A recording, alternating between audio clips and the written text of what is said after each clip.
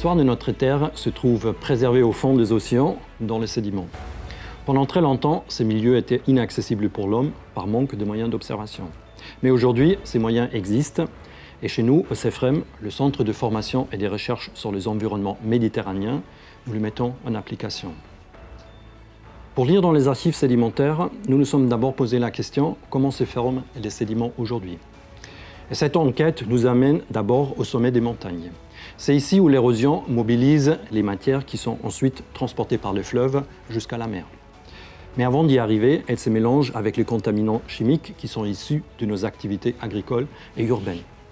Quel est donc l'impact de ces activités sur la qualité de l'eau et sur la biodiversité dans les bassins versants? Nous étudions ces questions à l'exemple des tortues, des anguilles et même des bactéries.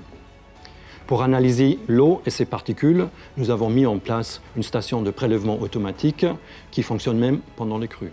Et elle a été complétée par un collecteur atmosphérique qui collecte les poussières qui sont transportées par le vent. Une fois arrivées en mer, les particules se déposent et forment les sédiments. Les parties grossières, les sables, se déposent à proximité de la côte et forment les plages. Mais aujourd'hui, de plus en plus des sables sont retenus par les barrages et les plages s'érodent ainsi. Quelle est l'ampleur de ce phénomène à l'échelle de notre région? Et quel est l'impact des autres aménagements comme la construction des ports? En dressant régulièrement des bilans sédimentaires précis, nous poursuivons ces questions et identifions les zones les plus vulnérables. Les particules plus fines sont transportées plus loin et peuvent même quitter le plateau continental. C'est eux qui vectorisent majoritairement les contaminants chimiques, parmi lesquels se trouvent d'ailleurs de plus en plus des plastiques. Traquer le devenir de ces particules en mer n'est pas une tâche facile. Et pour le faire, nous avons dû mettre des moyens d'observation en place qui sont lourds. Des bouées d'observation, des pièges à particules géantes et même des drones sous-marins qui se promènent en autonomie et qui nous transmettent leurs observations par connexion satellitaire. Et pour étudier l'impact des activités humaines sur la biodiversité marine, nous avons des plongeurs scientifiques qui partent de notre plateforme avancée sur la mer au Barcarès et qui suivent certaines espèces comme le sard et le mérou en lien avec leur milieu de vie. Les activités de pêche, les contaminants et la destruction des habitats naturels par l'aménagement des côtes mettent aujourd'hui en danger ces espèces.